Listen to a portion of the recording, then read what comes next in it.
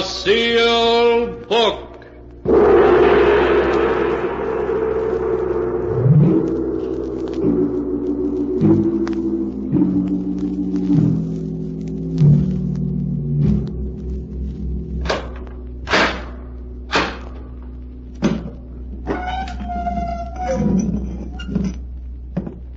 Once again, the keeper of the book has opened the ponderous door to the secret vault, wherein is kept a great sealed book, in which is recorded all the secrets and mysteries of mankind through the ages.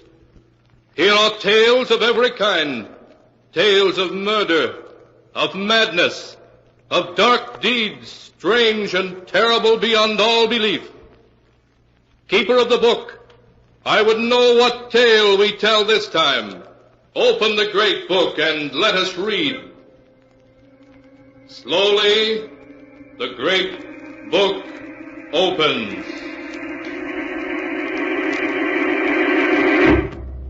One by one, the keeper of the book turns the pages and stops.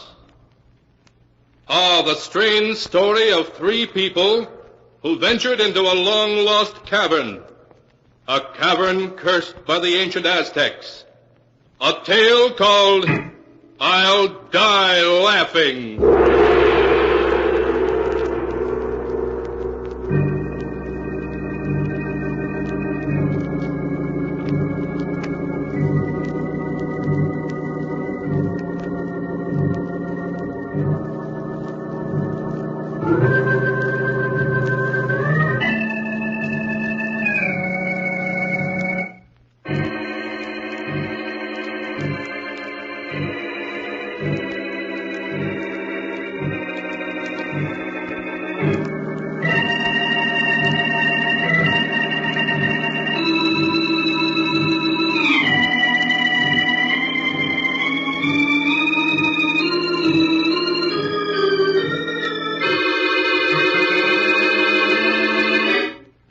Here is the tale, I'll Die Laughing, as it is written in the pages of the sealed book.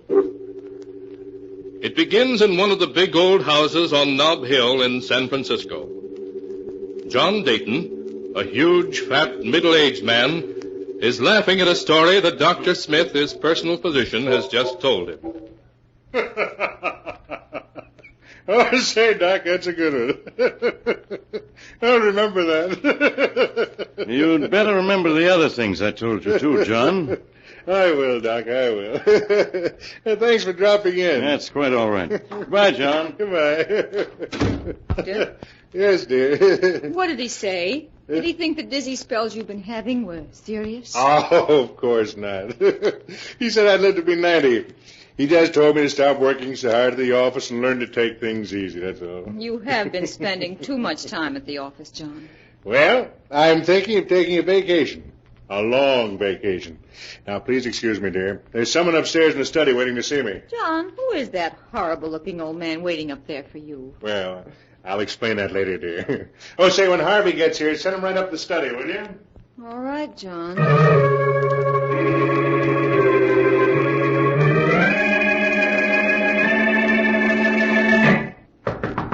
Yes? Oh, Harvey, come in. Hello, Laura. John phoned. Said he wanted to see me. Is he in? Yes, he's upstairs now. Laura, listen. Is it about us? Oh, no. He doesn't suspect anything. This is about something else. He has a perfectly weird old man up there with him now who... Yes, I know. An old prospector named Gippy Gordon. Sent him? What do you mean? Well, this Gordon came, so I talked to him. He told me a ridiculous story about a lost Aztec treasure in a secret cave in New Mexico. I knew it was just the kind of thing that John would love, so I told Gordon to come and see John here at the house. And I warned him to be sure not to mention having spoken to me. But why, Harvey? I want John to decide to go looking for that treasure and to take us along. I don't understand. Darling, John is like a boy in many ways, but he isn't a complete fool. If he finds out about us, we'll both be out in the cold. You'd lose this lovely mansion and all the things you enjoy so, and I'd lose my job as lawyer for the John Dayton Enterprises. Oh, I would tell John we love each other and that... And live in a garret someplace on love and a crust of bread? No, Laura, it wouldn't work. No, I suppose not. Oh, what are we going to do?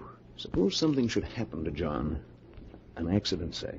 Harvey, you don't mean that... Harvey, is that you? Yes, John, I'm on my way up now. Well, hurry up, old man. I've got something mighty interesting for you. Right away, John.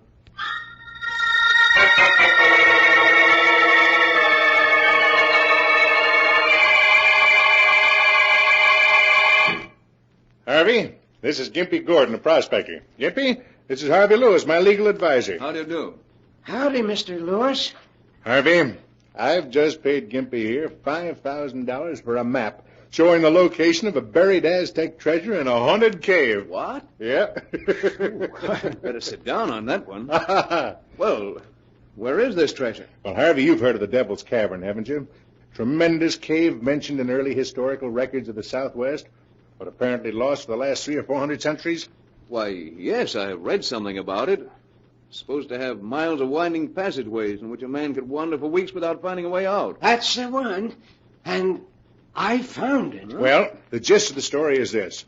In 1554, a Spanish looting expedition led by a nobleman named de Mendez had acquired a great wealth of jewels and gold figurines, which de Mendez put into 3 small brass-bound chests. I see. Go on, John. Well, this treasure just made de Mendez greedier. A story whispered to him by an Aztec priest led him to Devil's Cave. And de Mendez and his men entered the cave only to find out they'd fallen into a trap. Well, the Aztecs attacked them, and all were killed but de Mendez. He found his way into a great central cavern about a half-mile from the entrance of the cave. And in that cavern there's a natural shaft, like a well. The Devil's Well, that's the name of it. It bubbles and gurgles in a way to drive a man mad. Oh, take it easy, Gimpy, take it easy. Well, Harvey, de Mendez reached this Devil's Well. And when the Aztecs closed in on him, he threw the treasure into the well and leaped in after it himself. So the priest sealed up the cave and put a curse on it. A curse? Oh, come now, John. You don't believe in that. Oh, it's true. It's true, Mr. Lewis. The curse was that nobody who went into the cave to get the treasure could ever get out again alive. They was doomed to die there. I see. But you say you went into the cave and came out again alive, so it can't be much of a curse. Oh, but it is, Mr. Lewis. It killed Pedro, my Indian, and it's still after me. I wouldn't go back there again if it was worth $1 million. But assuming your story's true, how could anyone find their way into the cave and out again? There's a string marking the route, Mr. Lewis. 2 months ago, me and Pedro found the entrance. We tied the string to a rock and went in, letting it unroll behind us. Took us a week, it did, to find our way to the big room where the Devil's Well is. But we made it. Huh? And then what happened? Well, I had a 100-foot rope and some big hooks. We fished around in the well for the chests, and by, we drew one of them up. You actually fished up one of the treasure chests? Yeah, it was about so long and so wide and 6 inches high. I shook it, and we could hear the jewels rattle inside of it. Where is it now? What happened to it? Well, when Pedro seen the chest, he grabbed for it and tried to push me into the well. Well, I ducked, and Pedro got hold of the chest when all of a sudden he fell over into the well with it. Well, what did you do? Oh, I run for it before the cave and the well could get me, too.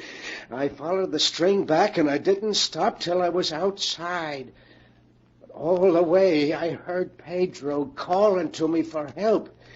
And now, whenever I hear the well, I hear him, too, calling to me, still calling to me. Well, Harvey, that's the story. And making all due allowances, I think it's well worth investigating, don't you? Say, it is an interesting yarn, John. And I think it'd be a lot of fun to look into it, whether we find any treasure or not. Good. Then we'll do it. You and me and Laura. It'll be a vacation for all of us. Oh, no, no. What is it, Gimpy? What's the matter? Well, you look scared to death. The Devil's Well. I hear it again. It's calling me. Oh, come now, Gimpy. You're letting your nerves get the better of No, you. no. I hear it, I tell you. Listen. We don't hear a thing, Gordon. It's just your imagination. No. I hear it. I hear it. Gimpy, Oh. Gimpy, help me. There, in the well. I hear it, and Pedro's calling to me. I hear him. Oh, nonsense. I It's just hear your him. imagination, John, he Gimpy. looks as if he's going to faint. There he is.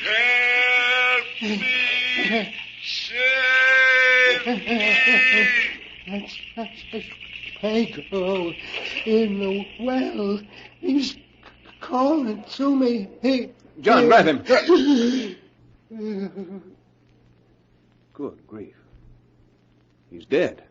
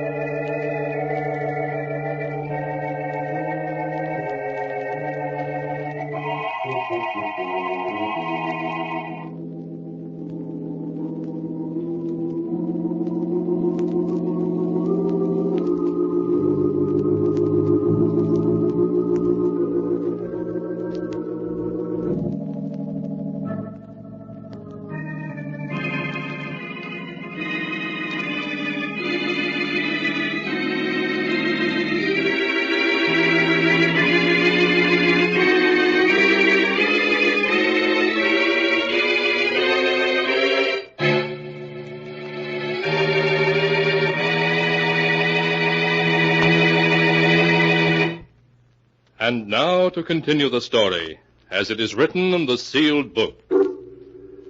The doctor's examination showed heart failure to be the cause of Gimpy Gordon's death, not an ancient Aztec's curse. In spite of the tragedy, John Dayton went ahead with his plans with undiminished enthusiasm. Laura, his wife, protested, but Harvey added his persuasion to John's, and at last she agreed to go on the treasure hunt with them. A week later, they were ready. John's car loaded with all the necessary equipment. Harvey, I've hardly had a chance to speak to you all week. Before John comes and we start out, you must tell me, what are you planning? Why, Laura, darling, we're just going on a treasure hunt. An expedition from which I expect to return with a fortune. A fortune? From a lost cave? You're not serious. Oh, but I am. It'll be a fortune that I can claim for my own after we return. A very beautiful fortune. You, my dear. Harvey, you don't know what you're saying. But I do. It's the only way out. It's what I had in mind when I sent Gimpy to John in the first place. I've been thinking for a long time that John would have to have an accident. Harvey, I'm afraid. You mustn't be. Just leave everything to me. I'll know what to do when the time comes. And when we get back, we'll be able to be together always. Yes, I know. But suppose someone suspects. No one will. After all, on an expedition of this kind, accidents are bound to happen. No one will be able to prove a thing against us.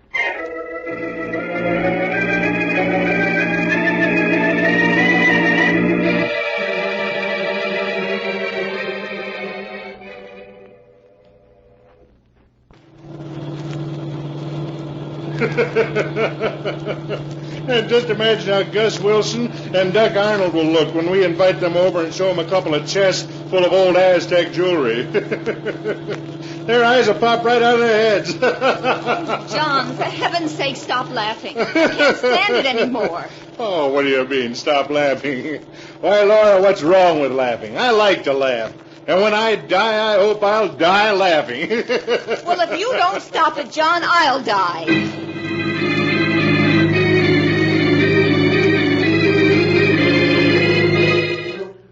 After that, all three were silent as they drove. The afternoon of the second day, they turned off the highway and, carefully following Gimpy's chart, threaded their way through a series of narrow canyons until they reached a spot between two towering cliffs. Beside a great black rock gaped the dark mouth of a cavern. John directed the unloading of the car.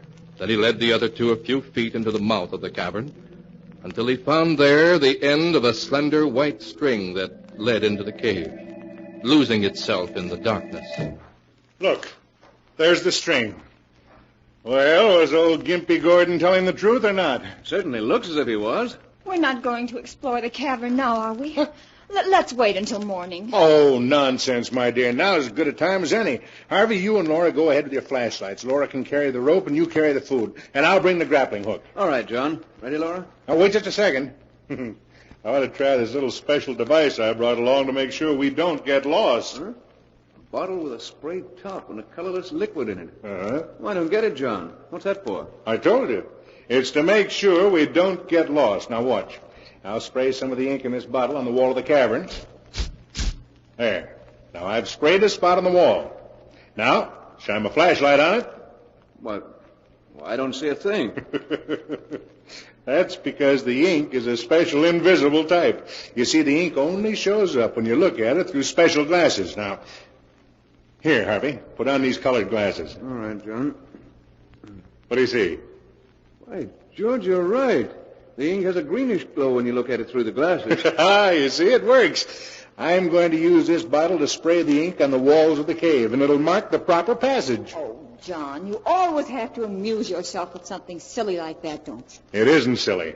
It'll give us a double check on the right route so we can't get lost. Now, you two start. I'll bring up the rear, and every 10 feet I'll squirt a little of this stuff on the wall. Then we won't have to worry about Gimpy's string.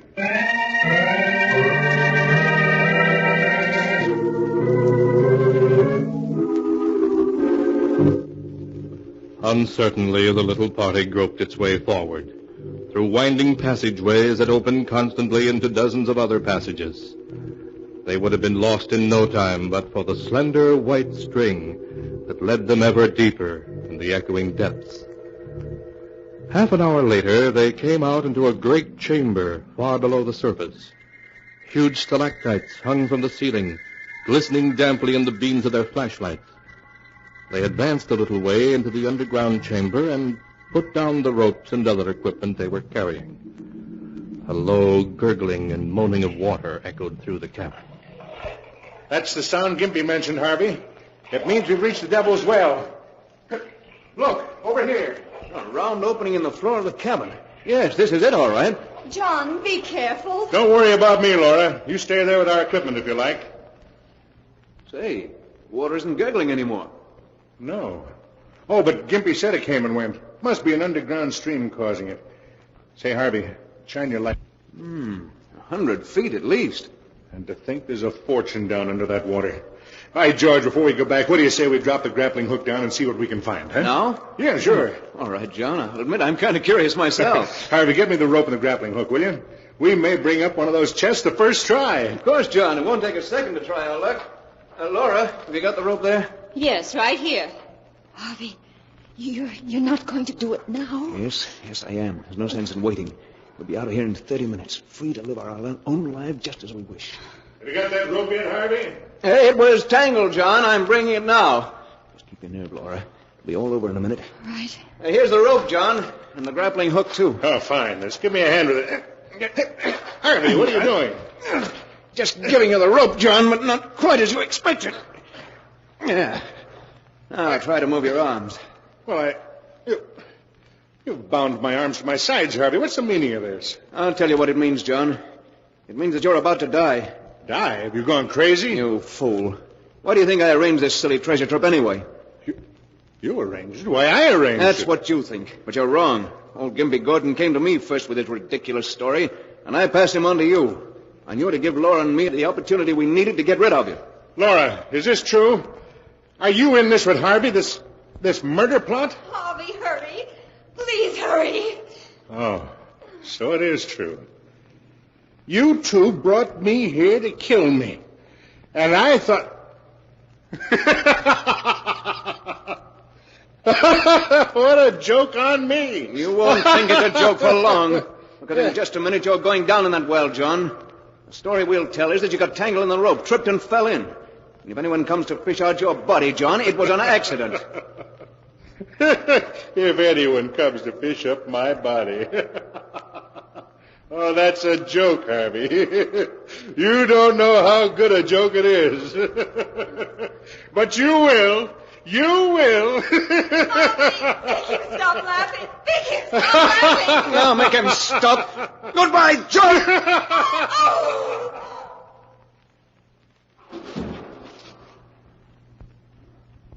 He laughed when you pushed him, Harvey. He always said he'd die laughing, and he did. He did. Laura, pull yourself together. It's all over now, do you hear? It's all over. Yes, Harvey, I'm all right. Only let's get away from here. Let's get out of here. No!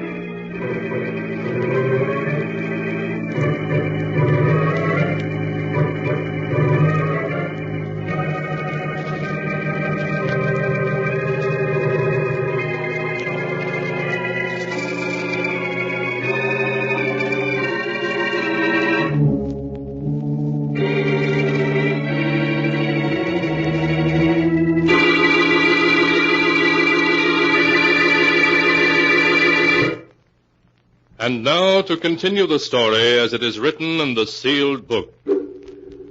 Laura and Harvey, with a guilty feeling in their very souls, started back to the entrance of the cave, following always the trail of the slender white string. But their progress seemed so slow, all too slow in their hurry to get away from what they were leaving behind in the Devil's Well. Harvey, hurry. Can't you go any faster? No, Laura, I don't dare to. If I tried to go any faster, the string might break and that... What is it? Why have you stopped? Come to the end of the string. What do you mean you can't have? We're not anywhere near the entrance yet. The string ends here. It's tied to a piece of rock. No, it can't end here. It must be broken. Look for the other end of it. Oh, here's the rest of it, neatly coiled up on this ledge. Oh. And here's an envelope underneath it.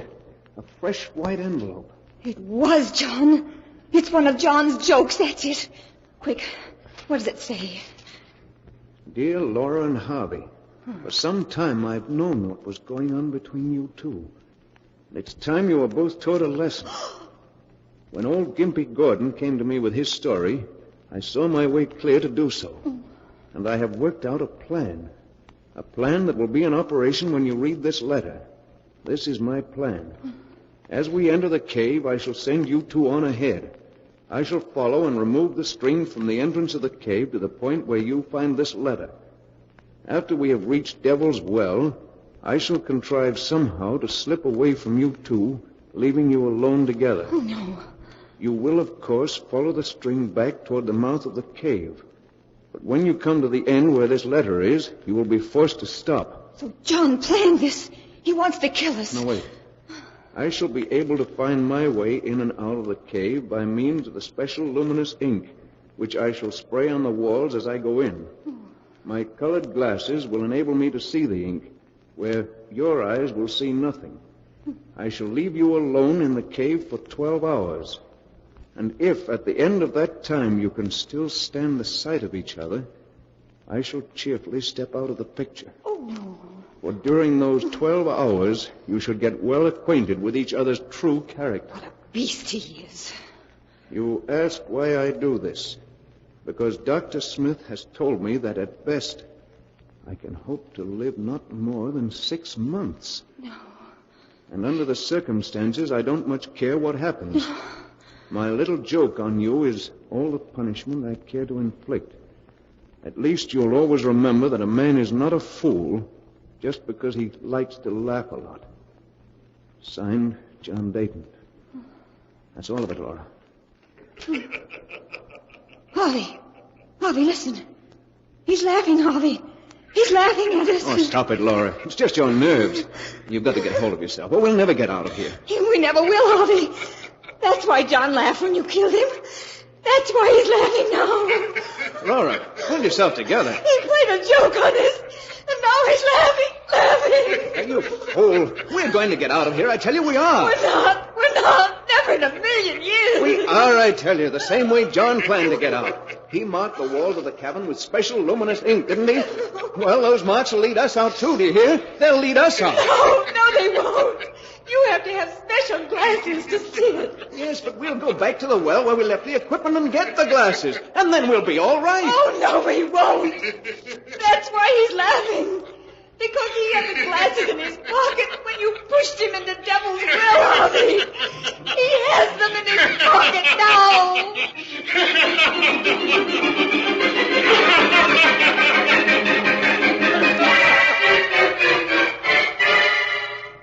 And that is the tale of I'll Die Laughing, as it is written in the sealed book. For days, Laura and Harvey wandered through one corridor after another, seeking the entrance of the cave. John's laughter echoed in their ears, as time and time again they ran into blank walls. Weeks later, a searching party found their bodies lying a scant 100 yards from the entrance of the cave.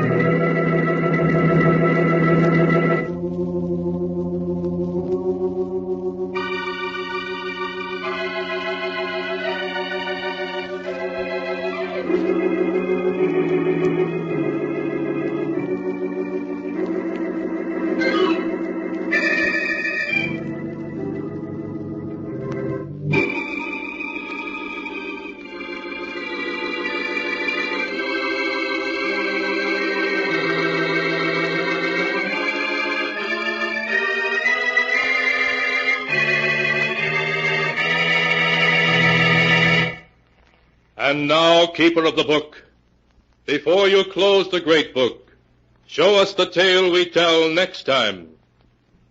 This one. Ah, yes. Why, this is amazing. It's the tale of a mad killer who lived alone in a great country house. That is, until 2 murderers came to live with him.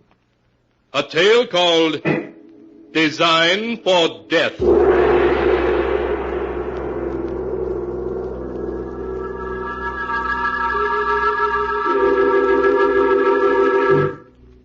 Be sure to be with us again next time, when the sound of the great gong heralds another strange and exciting tale from The Sealed Book.